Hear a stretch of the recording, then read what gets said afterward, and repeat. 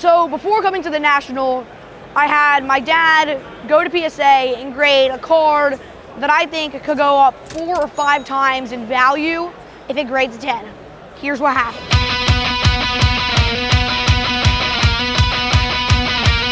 So when we were in California recently, my son Reeves picked up this card and he wants me to try to submit it for him for grading at PSA before the National opens, before he shows up. Sure. So take a look at it. We both think it's in really good condition for grading, has the opportunity to gem, but I'd love to get your opinion as well. First thing I'm seeing is it's a hair off top to bottom on the centering. And are you looking at the outline of the box?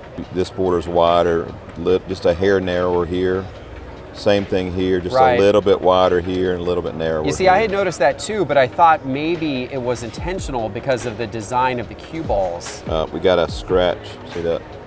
No, I actually think that's part of the print design of the card, believe it or not. They all have that. On the border? Uh-huh. Yeah.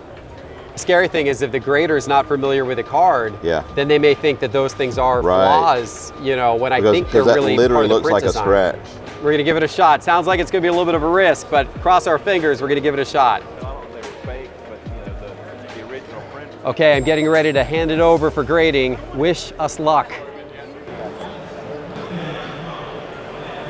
I don't want to know. This is way too nerve-wracking.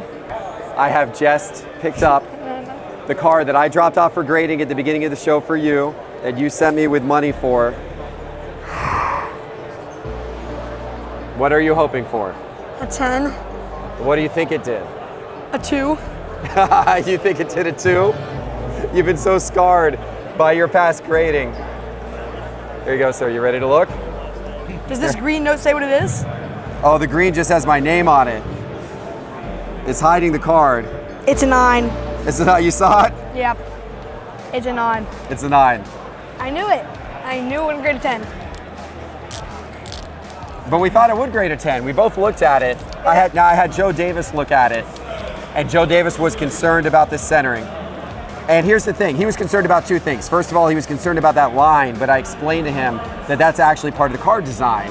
So I don't think they took off for that, because if they would have taken off for that, it would have been a significantly lower grade. Top bottom centering. But he thought the centering with the square shifted that way. Now I thought maybe that's the card design, because you got all the pool balls here. But he was worried the grader may not even know that and may even just say, well, this box is not in the middle. So since that box isn't in the middle, we're not going to give it a 10. How much do you think it's worth if it didn't grade a 10? So here's the thing. I think this was a gold number to 10. This is a big card. You spent $500 on this card.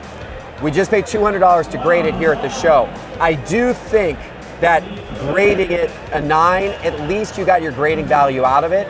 I think it probably raised the value of the card to maybe, you know, maybe $700, $750 or something like that. So I don't think you made money on it, but I think you got your value back out of it. But hey, you can go around. I would put an asking, let's look at recent sales to see if anything sold recently, but I would say I'd probably put an asking on it of like $1,000, and you might have a taker at the show.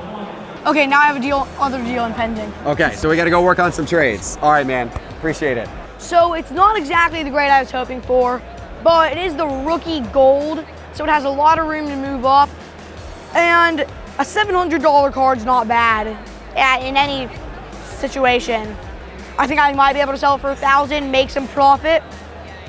But to see what happens, make sure to like, subscribe, and we'll see you next time. Bye.